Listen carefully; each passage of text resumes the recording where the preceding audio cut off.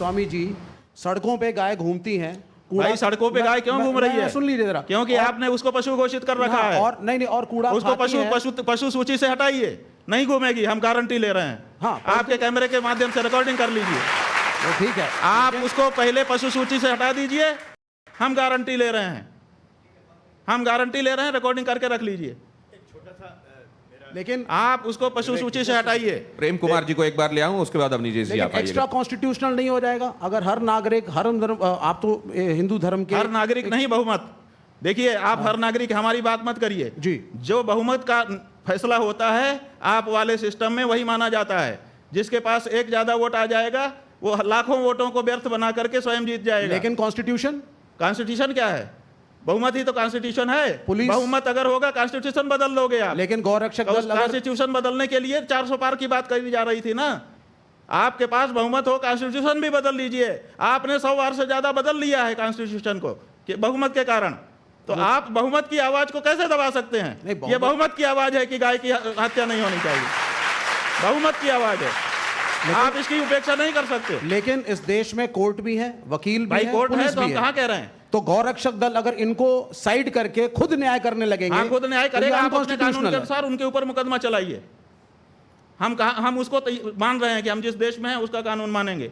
हम भारत में हैं, भारत का जो कानून है कि अगर हमने हत्या की है तो उसके लिए हमको दंड जो तय मिले, वही तो हम कह रहे हैं कि उस व्यक्ति से गोली चल गई, उसने कहा कि मुझसे गलती हो गई है, इससे ज्यादा क्या करेगा वो? स्वामी जी, लेकिन वो कानून को पालन ही तो कर रहा है, और क्या कर रहा है?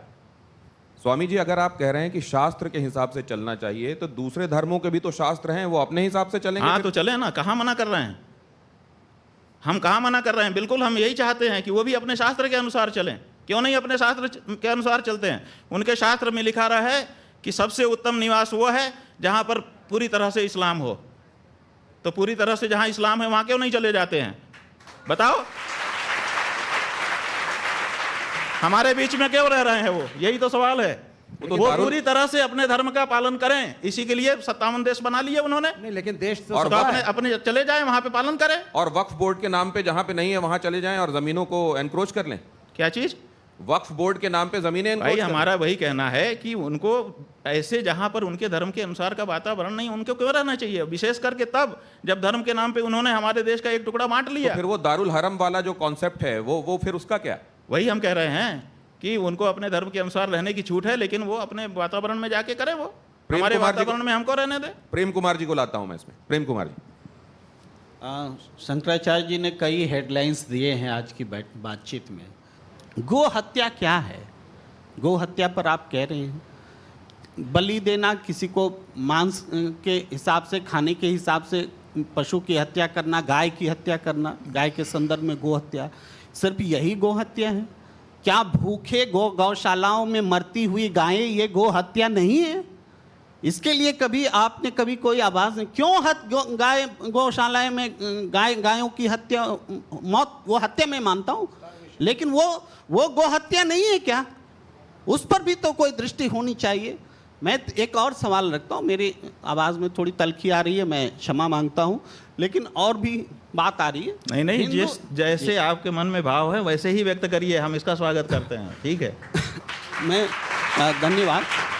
एक साथ साथ और भी बातें हैं भाई। कश्मीर में पंडित विस्थापित हुए ना, कितने लोगों को बसाया गया, कितने पंडितों को बसाया गया, और इसके लिए किया क्या?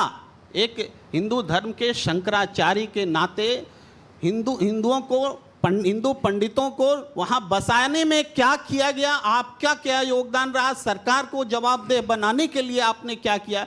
ये तो सवाल हम आपके सामने रखते हैं। सबसे ज़्यादा गायें कौन पाल रहा है? हमारी गौशालाएं पाल रही हैं, हमको इस बात का गर्व है। और आप ये मत कहिए कि व्यक्तिगत मेरे नाम से कितनी संपत्ति है, वही संपत्ति मेरी है। हिंदू धर्म का जहाँ जहाँ जो कुछ भी अवस्थापन है वो सब हमारा है, शंकराचार्य होने के नाते। जितनी गौशालाएं हैं वो सब हमारी हैं, और हम वहाँ पर गौओं की रक्षा कर रहे हैं। जो गौएं मरी हैं, जिसकी रिपोर्टिंग आपके पत्रकारों ने की है, 99% वो गौशालाएं हैं जिनमें सरकारी अनुदान आ रहा है। उन गौशालाओं में गाय की हालत खराब हुई जब आपने कहा कि हम इस गौशाला में अनुदान करेंगे। अनुदान का जो पैसा है वो भ्रष्टाचार की भेंट चढ़ गया और गाय मर गई। आप निकाल लीजिए, सारी रिपोर्टिंग निकाल लीजिए। कौन गाय- दोषी है आपके हिसाब से और कौन ज्यादा दोषी? हम ये कह रहे हैं कि आप हमसे ये पूछ रहे हैं कि नाग अच्छा कि सांप अच्छा, बताइए। आप ऐसा फंसा रहे हैं कि किसी का भी नाम ले दें और हमको काट ले। ये दोनों तरफ हम कह रहे हैं ना, 78 साल से ये पीड़ा हमारी किसी ने वो दूर कह नहीं रहे हैं कि नाग अच्छा या सांप अच्छा पूछने के पीछे एक कारण है। अब निजेश जी क्या कारण है वो? हाँ, क्या करें? अभी आप सर्वाधिक प्रतिष्ठित पद पर हैं आप, लेकिन संन्यास धर्म करने से पहले, स्वीकार करने से पहले आपका एक पार्टी से संबंध रहा, तो नहीं शायद नहीं, ये भी हमारा किसी पार्टी से कोई संबंध नहीं रहा। शायद आपने छात्र संघ का चुनाव हाँ, वो लड़ा। ठीक है, वो छात्र संघ का चुनाव लड़ा आपने संपूर्ण संस्कृत विश्वविद्यालय में, एक पार्टी से, मतलब एक पार्टी की छात्र इकाई के उससे टिकट से ठीक है, लड़ा था। सही है, तो सही। ये एक कारण है।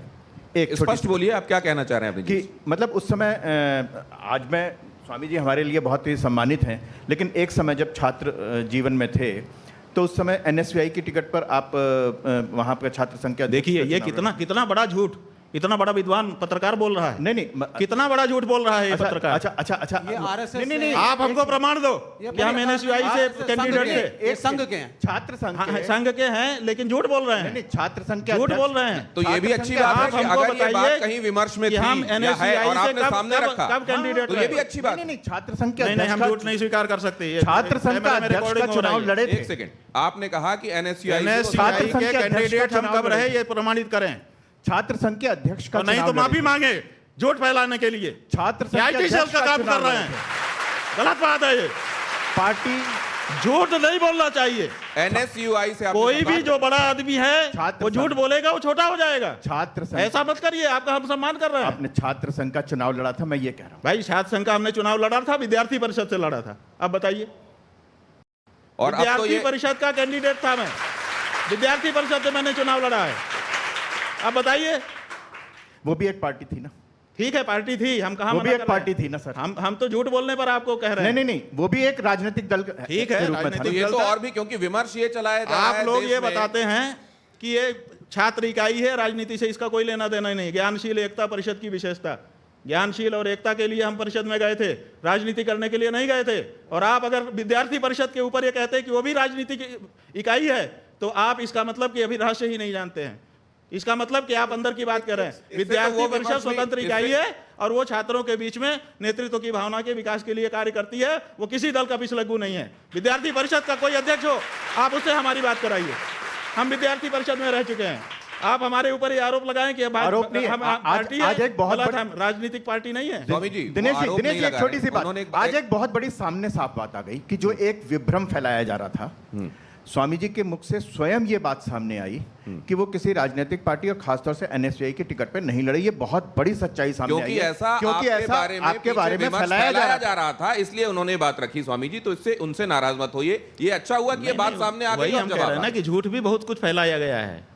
तो झूठ को कम से कम जो बड़े लोग हैं उनको कंफर्म करना तो स्वामी चाहिए जी, ना क्या- कि जो जो वो व्हाट्सएप यूनिवर्सिटी में आएगा, वही स्वामी जी, अगर एक बड़े और लोग, बात- विचारवान लोग अगर वही बोलने लगेंगे तो आम आदमी का क्या होगा। स्वामी जी, एक और बात मैं आपसे जानना जी। चाहता हूं। ये कहा जाता है कि सितंबर 2022 में प्रियंका जी ने आपको शंकराचार्य जी संबोधित करते हुए पत्र लिखा था और मामला ये सबसे बड़ी अदालत में गया कि आपके संदर्भ में इस पदवी का इस्तेमाल होना चाहिए या नहीं होना चाहिए। इसको लेकर भी स्थिति क्या स्पष्ट? देखिए, ऐसा है कि हमारे संदर्भ में किसी भी न्यायालय में हम शंकराचार्य हैं कि नहीं है, इसका कोई मुकदमा नहीं है। आपको हम बता देना चाहते हैं, चाहे वो निचली अदालत हो, चाहे बीच की अदालत हो, चाहे ऊंची अदालत हो, किसी भी न्यायालय में ये विचार नहीं है कि हम शंकराचार्य हैं कि नहीं हैं। पहली बात। दूसरी बात, हमारे गुरुजी ने एक मुकदमा एक व्यक्ति के खिलाफ किया था जो अपने आप को शंकराचार्य कह रहा था। तो उन्होंने कहा कि इसको रोक दिया जाए कि ये अपने आप को शंकराचार्य ना कहे। निषेधाज्ञा का वाद कहते हैं इसको। तो वो निषेधाज्ञा का वाद चला, कई वर्ष लगे उसमें, सन 1989 से लेकर के वो चलता रहा।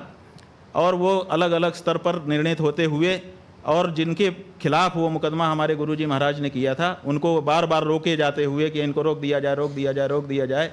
अब वो सुप्रीम कोर्ट में आया हुआ है। उसको गुरुजी हमारे लड़ रहे थे क्योंकि हमारे गुरुजी शंकराचार्य हैं कि नहीं, इस पर विवाद नहीं था।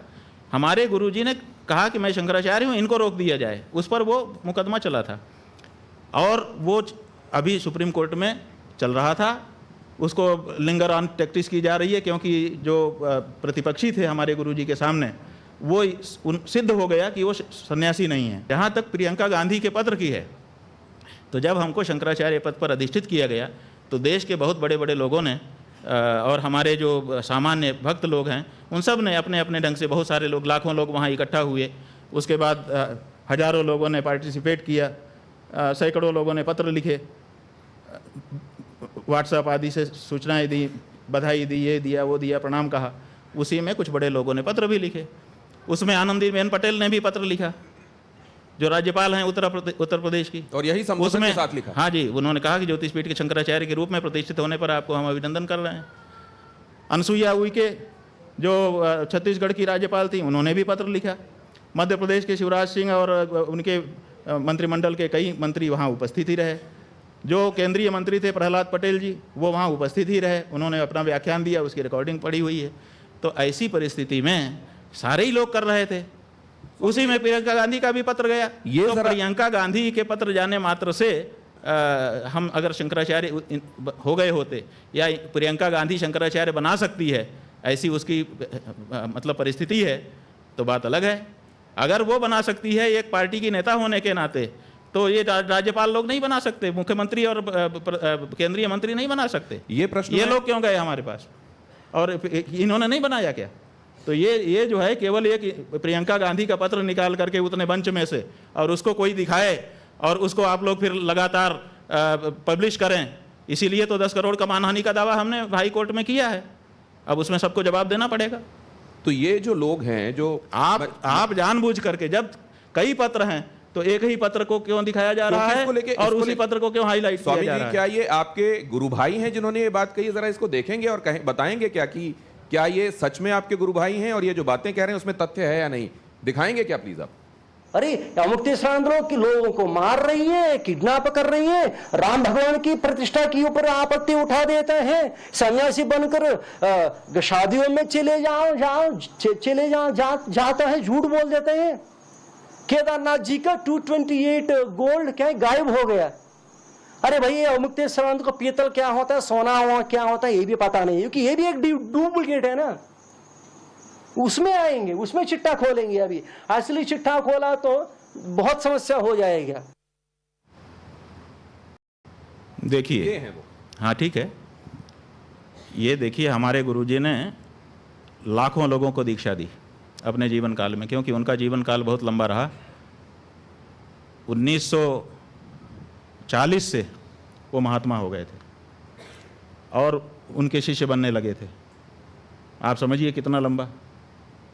उनका 80 साल से अधिक का सन्यासी जीवन था और आरंभ काल से ही उनके प्रति लोगों का आकर्षण था। लाखों लोगों को उन्होंने दीक्षित किया। कौन उनका शिष्य है, कौन शिष्य नहीं है, वो अलग बात है। लेकिन हमारे यहाँ ये सन्यास में नियम है कि गुरु जिसको ये दंड है, देखिए, ये दंड जिसको अपने हाथ से पकड़ाता है वो उसका दंडी सन्यासी शिष्य माना जाता है।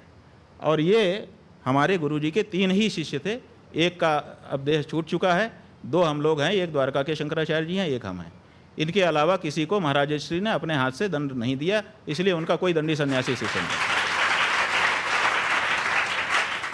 तो ये व्यक्ति जो है गुरुजी का दंडी सन्यासी शिष्य नहीं है, एक बात। दूसरे, वो कह रहा है कि ये लोगों को मार रहे हैं।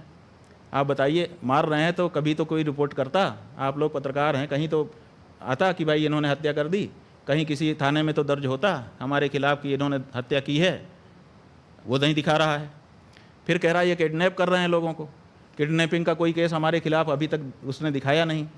फिर वो कह रहा है कि सोने पीतल का इनको भेद नहीं है। और फिर उसी वक्तव्य में, अभी जो आपने नहीं दिखाया, हमको दिखाया गया है, उसी में कह रहा है कि इन्होंने सोना गायब कर दिया। आपने सोना गायब कर दिया? हाँ, माने मठ का सोना गायब कर दिया। तो अगर हमको सोना पीतल का भेद नहीं पता था तो हमने पीतल क्यों गायब नहीं किया, सोना ही क्यों गायब किया? नहीं माने खुद की बात पे स्थिर नहीं रह पा रहा है वो। और फिर वो कहता है कि 228 किलो सोने की बात करते हैं। हमने अकेले ने थोड़े की है, उसमें तो पूरा मीडिया, 50 मीडिया घराने शामिल हैं जिन्होंने 230 किलो सोने की, 228 किलो सोने की बात की है। अकेले हम हो तो हम उसके बारे में तो बात क्या कर इस लें। 228 किलो सोने को लेके आप लोगों की तरफ से कोई एफआईआर दर्ज कराई गई है? देखिए, बात यह है कि 228 किलो सोने के बारे में हमने अकेले नहीं कहा है।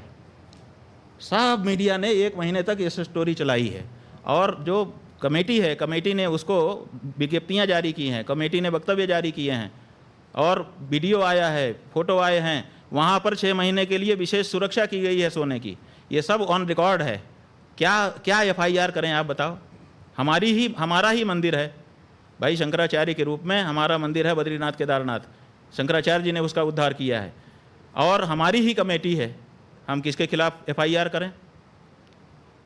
आप बताइए। हमने जो हमको कहना था कहा, और साफ साफ कहा। और हमने क्या कहा? हमने किसी चोर नहीं कहा। हमने कहा भाई ये बातें बहुत ज़्यादा उठ रही हैं, इस पर जांच करा लेना चाहिए। तो जांच नहीं करा रहे हैं। और वो जो मंत्री जी हैं उन्होंने आकर के कहा हम तो मुकदमा तैयार कर दिए थे, क्योंकि हमको जो कमेटी के अध्यक्ष हैं बद्रीनाथ केदारनाथ मंदिर समिति के, उन्होंने एक वक्तव्य के माध्यम से हमको कहा कि हम उनसे अनुरोध भी कर रहे हैं और चुनौती भी कर रहे हैं। तो आप बताइए, 2 शब्द कहा उन्होंने कि हम अनुरोध कर रहे हैं और चुनौती भी दे रहे हैं कि वो अगर उनके पास कोई प्रमाण है तो न्यायालय में जाएं। तो हमने सोचा कि भाई अब इसमें से कौन सा शब्द पकड़ें, तो हमने अनुरोध वाला पकड़ा कि उन्होंने अनुरोध किया है, चुनौती तो उनकी क्या हम स्वीकार करें, कोई विद्वान होता तो स्वीकार कर दे। तो हमने अनुरोध वाला पकड़ा और हमने मुकदमा तैयार कर दिया। हमारे वकील मुकदमा करने ही जा रहे थे, तब तक वहाँ केदारनाथ में आपदा आ गई। बहुत सारे लोग परेशान होने लगे, तो हम लोग उसमें मन लगाए, और फिर हमारे वकीलों ने भी कहा कि ऐसी परिस्थिति में अपने लोग जाएंगे अच्छा नहीं लगेगा। फिर अभी जब वो बात शांत हुई, फिर से यात्रा शुरू हो गई, तो फिर हमने वकील को कहा कि भाई अब डाल दिया जाए। तो उन्होंने कहा कि जो मंत्री जी हैं वो कह रहे हैं कि हमने जांच करा ली है, सरकार के पास हमारी जांच पड़ी हुई है, हम उसको सार्वजनिक करेंगे। तो अब हम प्रतीक्षा कर रहे हैं कि वो अपने जांच की रिपोर्ट सार्वजनिक करें, उसका अध्ययन करके तब हम करेंगे, जो कुछ करना होगा हम करेंगे। कि इस मानहानि वाले संदर्भ में कोर्ट का रिमार्क जो ये आया कि साधु संत तो मान अपमान से सम्मान निरादर आदर ही, सब संत सुखी विचरंत मही वाला जो भाव था, उसको आपने कैसे देखा? वो कहते हैं कि साधु संतों का क्या मान क्या अपमान। तो सवाल ये है कि जो लोग कानून बना रहे थे मानहानि के, क्या वो लोग आपसे कम जानकार थे कानून के? उसी समय क्यों उसी में एक क्लाज नहीं जोड़ दिया गया कि साधु संतों के लिए ये कानून लागू नहीं होगा, क्योंकि वो तो मान अपमान से परे हैं। एक सन्यासी अपने मान अपमान से ऊपर है, हमारा पीठ मान अपमान से ऊपर नहीं है। हमारे पीठ की गरिमा की रक्षा वो हमारा कर्तव्य है, और किसी भी हिंदू का कर्तव्य है। तो हम जो मानहानि के मुकदमे में गए हैं, अपने पीठ के सम्मान के लिए गए हैं, हम इसके लिए नहीं गए हैं कि हमारा मान अपमान। हम तो ऊपर हैं और आगे भी रहेंगे, लेकिन जिस पीठ पर हम हैं वो हमसे तादाद में संबंध उसका बन गया है। पीठ और हम अब 2 अलग अलग नहीं हैं, इसलिए हमारे में पीठ का अक्स आता है। हम जब जाते हैं तो लोग कहते हैं, ये नहीं कहते हैं कि अभी मुक्तेश्वरानंद आया है, 1-2% कहते होंगे, अधिकतर लोग कहते हैं शंकराचार्य आया। तो इसका मतलब कि पीठ से हमको जोड़ करके देखते हैं।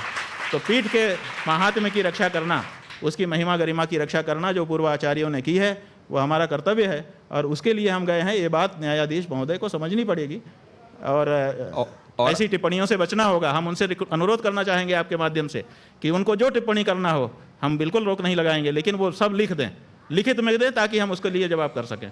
ऐसी टिप्पणी ना करें कि अखबार में छपवा दें और उसके बाद बात खत्म हो जाए। तो अब इस चर्चा के आखिरी चरण की तरफ मैं बढ़ रहा हूं, लेकिन एक सवाल ये कि सनातन धर्म के जो मानने वाले लोग हैं, वो जब ये देखते हैं कि आप प्रधानमंत्री नरेंद्र मोदी को आशीर्वाद देते हैं, तो बहुत सारे लोग उसमें प्रसन्न होते हैं।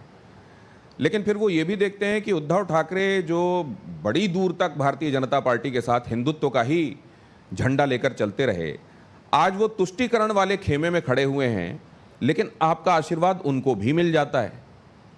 तो इसमें वो कन्फ्यूजन होता है कि असल में स्वामी जी सनातन का झंडा पकड़ के चलने वाला मानते किसको हैं? देखिए, बात यह है कि ये जो आपका सवाल है, प्रश्न है, इसी में जवाब छिपा हुआ है कि कुछ लोग ये चाहते हैं कि एक मामले में हमारी मोनोपोली हो। मोनोपोली क्यों देखते हैं आप?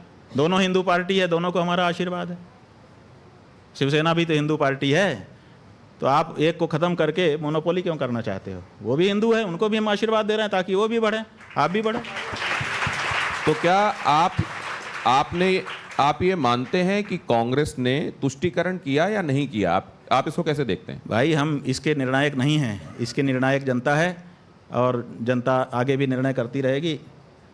लोगों का काम है अपने अपने ढंग से अपनी अपनी करनी को दिखाएं, जनता निर्णय करती है। हम कौन होते हैं कि किसी के बारे में कहने वाले। तो राजनीति का तो यही चरित्र है इस समय। नहीं, राजनीति में यह चरित्र है तो हम अपने सब हिंदू भाइयों को कहना चाहते हैं कि देखो, राजनीति करने वाले को हिंदू धर्मशास्त्रों के अनुसार विश्वासघात करने की छूट नहीं है, तो जान लो। ये मत कहो कि हम राजनीति में हैं इसलिए हमको तो ये छूट है। विश्वासघात तो फिर भी पाप ही होता है, दोषी होता है, इसलिए वो उसकी प्रिविलेज नहीं ले सकते आप। तो अगर कोई एक व्यक्ति किसी एक पार्टी में नेता है और उसको ये लग रहा है कि पार्टी अब सिद्धांतों के अनुरूप नहीं अरे चल तो रही 5 साल प्रतीक्षा करो ना, फिर नए चुनाव में नई पार्टी में जा करके लड़ लो। तुम आए थे बिना सोचे विचारे आ गए थे, आंख बंद करके, नींद में आ गए थे कि नशे में आ गए थे पार्टी में। जिस समय चुनाव लड़ रहे थे उस समय सब ठीक था, और बाद में अचानक तुमको लगता है कि ये पार्टी ठीक नहीं है, इसके विचार ठीक नहीं है, अब वो जिसका हमने विरोध किया वो पार्टी ठीक हो गई। अगर वो भी ठीक हो गई, तुम्हारे मन में कोई बात आ गई, अंदर जाने पर तुमने देख लिया, मान लो, तो कम से कम जब जिसके साथ आए हो अगले स्टेशन तक तो ट्रेन में ही रहोगे कि बीच में कूद जाओगे। मैं एक बात बहुत स्पष्ट कहना चाहता हूं कि बड़े इंटरव्यूज मैंने लिए हैं और उसमें बड़े चुभने वाले सवाल भी पूछे हैं, ऐसा भी पूछा है जो लोगों को असहज कर देता है, लेकिन जितनी स्पष्ट तरीके से, जितने एक्सप्लिसिट तरीके से बातों को स्वामी जी रखते हैं, बिना लाग लपेट के रखते हैं, बगैर घुमाए फिराए रखते हैं, ये मैंने बहुत कम देखा है और इसके लिए साधुवाद स्वामी जी। अब ये आपके पास दो, ये जिसमें एक में यस लिखा हुआ है और एक में नो लिखा हुआ है। वैसे तो ये टेबल टेनिस हाँ, ना लिखते तो अच्छा होता, हम अंग्रेजी में जवाब हम देंगे। शंकराचार्य जी, मुझे मालूम है कि आपको यस या नो के बारे में बहुत अच्छे से चीजें पता है और इन सवालों के संदर्भ में तो बहुत ही अच्छे से पता है। वैसे तो मेरा तो ये अनुरोध, ये काला जो है ये ना होगा और लाल जो है हाँ होगा। काला ना होगा और लाल हाँ होगा। यस नो मैं नहीं दिखाऊंगा, शायद ये आंग्ल भाषा की वजह से। अगर ये हिंदी में लिखा होता तो स्वामी जी उसको हाँ या ना के तौर पे दिखाते। ये मुझे मंजूर है क्योंकि टाइम्स नाउ नवभारत है, ये हिंदी का चैनल है, बिल्कुल ठीक है अगर आप यस या नो की जगह हाँ या ना में जवाब देना चाहते हैं। तो ये रैपिड फायर है और वैसे तो मैं अपने मेहमानों से अनुरोध करता हूं कि उनको हाँ या ना में से कोई एक जवाब देना होता है, लेकिन मैं धर्माचार्य से इस समय बात कर रहा हूं तो उनके पास ये सुविधा है कि अगर वो समझते हैं कि ये दोनों नहीं तो दोनों मिला देंगे मिला देंगे। तो मेरा अब ये राउंड शुरू होता है, इसको रैपिड फायर। आप लोगों को मजा आ रहा है ना इस इंटरव्यू में? ये है रैपिड फायर राउंड। इसमें जल्दी जल्दी सवाल पूछे जाते हैं और जल्दी जल्दी उसका उत्तर इसे यस या नो में आता है। पहला तो ये है सोचने का मौका ना हो ताकि सोचने का मौका सही अंदर जो है वही निकले, ये मतलब। तो पहला सवाल इसमें यह है कि अयोध्या में राम मंदिर बना है, ये सही है या गलत है? अयोध्या में राम मंदिर बना है, ये सही है। मोदी सरकार में हिंदू गर्व से भरा हुआ है, यस या नो? हिंदुओं पर खतरा इस्लामिक कट्टरपंथ से है। रोहिंग्या बांग्लादेशियों को देश से बाहर करना चाहिए। क्या जाति की राजनीति सनातनियों को जोड़ेगी? क्या जाति की राजनीति सनातनियों को जोड़ेगी? अब यहां पे ये रैपिड फायर समाप्त हुआ यस या नो के तौर पर। अब केवल दो नाम हैं, एक है राहुल गांधी और एक है नरेंद्र मोदी। स्वामी जी राहुल गांधी का नाम उसमें ठीक समझते हैं या नरेंद्र मोदी का नाम ठीक समझते हैं? अब ये उनसे अनुरोध है, सनातन संस्कृति के रक्षक कौन? वो कह रहे हैं इन दोनों का ही नाम इसके संदर्भ में वो नहीं लेंगे। आतंकवाद से बेहतर मुकाबला कौन कर सकता है, नरेंद्र मोदी या राहुल गांधी? अब इसमें कैसे हम हाँ ना कहेंगे? ये तो आपको नाम लेना है, नाम लेना। हाँ नाम लेना। देखिए 10 साल से आतंकवाद के बारे में नरेंद्र मोदी प्रयास कर रहे हैं और कहीं ना कहीं तो अंकुश तो लगाया ही हुआ है। तो नरेंद्र मोदी नाम ले रहे हैं आप? माने ये परखे जा चुके हैं, अभी उनकी परख नहीं है। नरेंद्र मोदी नाम लिया है लेकिन ये परखे जा चुके हैं इसलिए नाम लिया है। चलिए, सच्चा शिव भक्त कौन, नरेंद्र मोदी या राहुल गांधी? भैया दोनों राजनीतिक हैं। शिव भक्त तो जो होगा, देखिए शिव भक्त का पहचान क्या है? शिव भक्त की पहचान यह है कि भगवान शिव का अभिषेक गाय के दूध से होता है। भगवान शिव की जो ध्वजा है उसके ऊपर बैल का चिन्ह बना हुआ है, वृषभ ध्वज। तो जो गाय की हत्या रोके वो शिव भक्त है, उसके अलावा सब दिखावा है। राष्ट्र, अर्थ और धर्म के लिए किसकी नीति ज्यादा कारगर है, राहुल गांधी या नरेंद्र मोदी? देखिए, एक की पहचान हुई है, दूसरे की अभी हुई ही नहीं है, हम कैसे बोल दें? दोनों के परख होने के बाद ही ऐसे प्रश्न का जवाब दिया जा सकता है। 2029 में अगला प्रधानमंत्री कौन, राहुल गांधी या नरेंद्र मोदी? जिसको देश की जनता चाहेगी।